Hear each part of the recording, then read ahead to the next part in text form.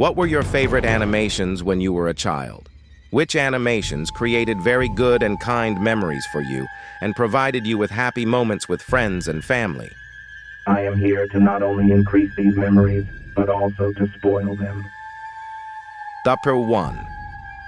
Squidward from SpongeBob SquarePants may be an exhibitionist. Ever wonder why Squidward Tentacle never wears pants?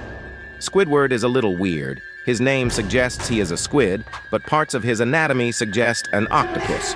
Also, despite being the tightest of all, he doesn't wear pants, something that even Patrick manages. The internet has a theory about this because, of course, it does.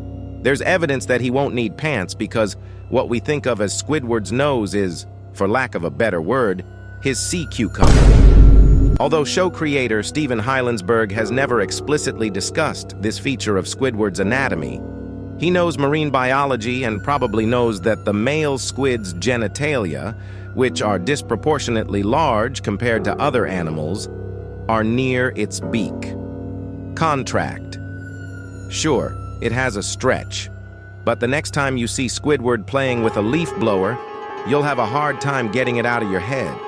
He had a good childhood, had a good run or two. Ariel the Little Mermaid is a compulsive hoarder, a little too perfect.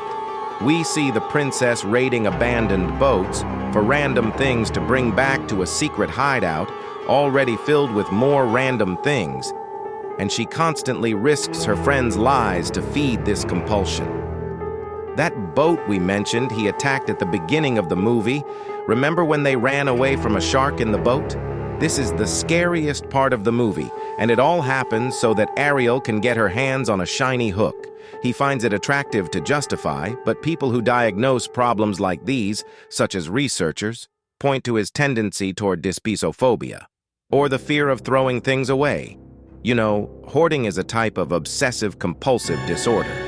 People who suffer from it are often impulsive and seem to develop an emotional connection with the objects they collect, no matter how useless they are, as Ariel does.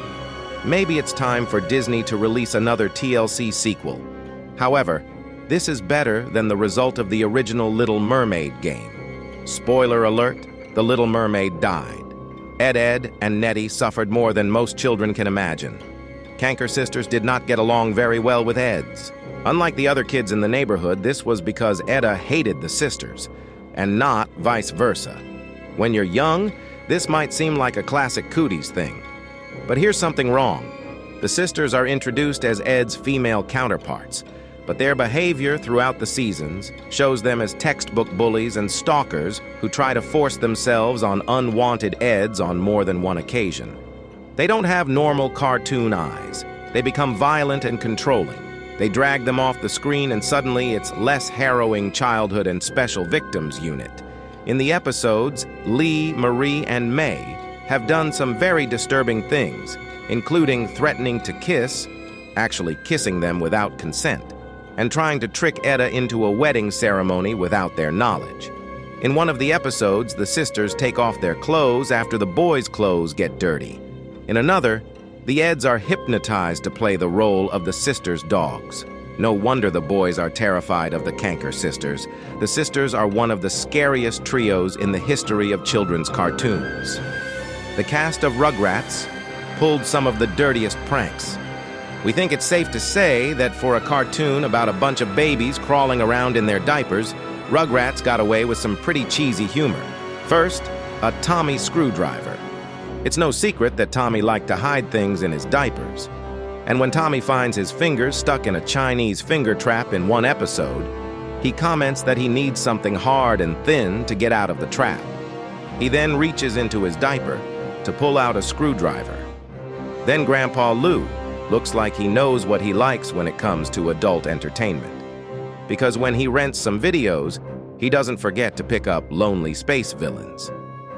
Pat the Postman animation. The theory says that Pat the Postman is the father of most of the famous kids. If you pay attention, in this cartoon, most of the kids have red hair, and in that town, Pat is the only adult who has red hair. Theory about Fiona from Shrek animation. Have you ever wondered what Fiona was eating when she was imprisoned in the tower by the dragon? The dragon that does not bring him food, definitely. In a scene where Fiona and Shrek escape from the tower, if you look at the opposite wall, there is a book called Knight's Soup Recipe.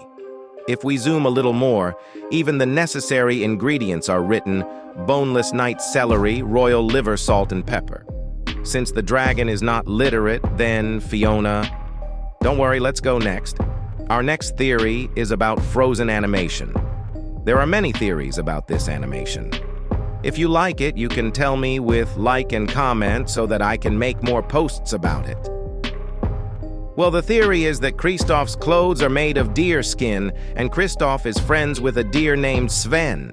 Our theory tells us that the skin of Kristoff's clothes is from the skin of Sven's mother, and that he always follows Kristoff because he thinks Kristoff is his mother. The last theory is related to Winnie-the-Pooh animation. In this animation, we are with a boy named Christopher Robin who has a mental illness. Why? Because he has a lot of animals and imaginary friends, and each of his fictional characters indicate a mental illness of his that appear in front of him at different times. For example, Piglet indicates the disease of anxiety and stress, or Eeyore indicates depression. The Tigger character indicates ADHD or pre-activity. And the main character, or Pooh, has the highest number of diseases: ADHD, OCD, and binge eating disorder. Did you see? These cartoons are not as innocent and cool as we thought.